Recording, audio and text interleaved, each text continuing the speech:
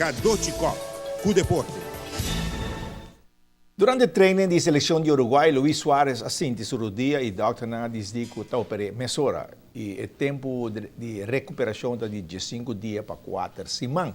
O treinador de Uruguai avisa que Luis Suárez lota tem o time que está vai mundial assim para fanático não me estou preocupado. Suárez está claro para a primeira vez de mundial.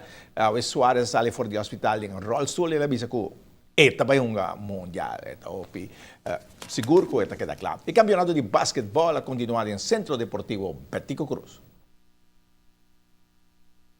A jovem seleção a topa com o Devers, onde tem o primeiro quarto, a jovem anda toma vantagem de 16-12. E dois quartos, agora começa a mirar com a experiência e a física de um jogador de Devers, começa um rol onde o Devers toma vantagem de 36-28. A jovem seleção está bounce back bom de 3 quartos, então 19 pontos e Devers solamente 12. Vai a partida virar 48-47 para Devers.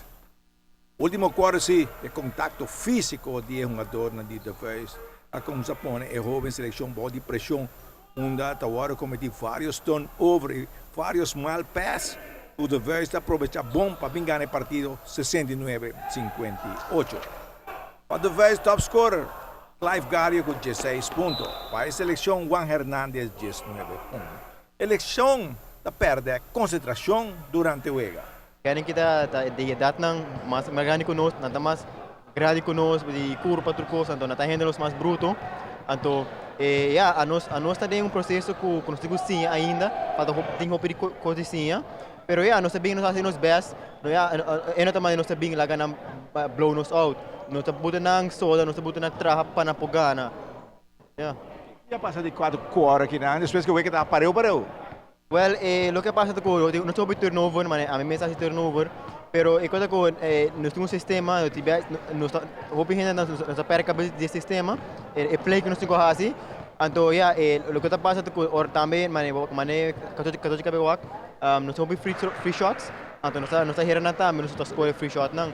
Então tu resena me quer se tu resena pode contribuir de free shot, de rebound. Claramente nós temos que pôr mega mais forte e mais pressão em manang. Nós perde cabeça, mas não cabeça, nós com perde cabeça assim em turnover na última quarta. Ano tem classe mais arriba, tem uma boa experiência o Bolsonaro Junior, como momento Mirele. Sim, então uma experiência hopi grande mesmo para sobrar.